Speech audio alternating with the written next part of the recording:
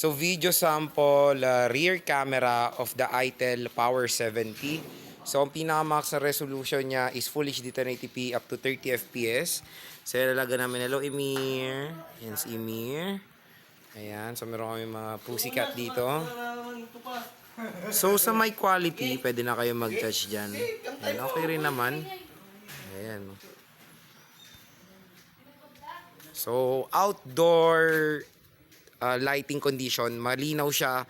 Pero pag ginamit nyo siya sa low light, doon na tayo nagkaka-problem kasi sobrang daming noise. Ayan. So video sample, front-facing camera of the ITEL Power 70. So pinaka-max sa resolution niya is Full HD 1080p up to 30 fps.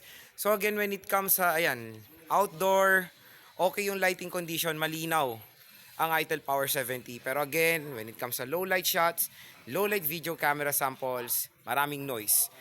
Mic, hindi pa natin medyo ma-judge kasi syempre nag-record tayo. Kaya na mag-judge. Pero ayan, ang ating front-facing camera video sample of the ITEL Power 70. No support for 60 fps. Supported niya is up to 30 fps, Full HD 1080p.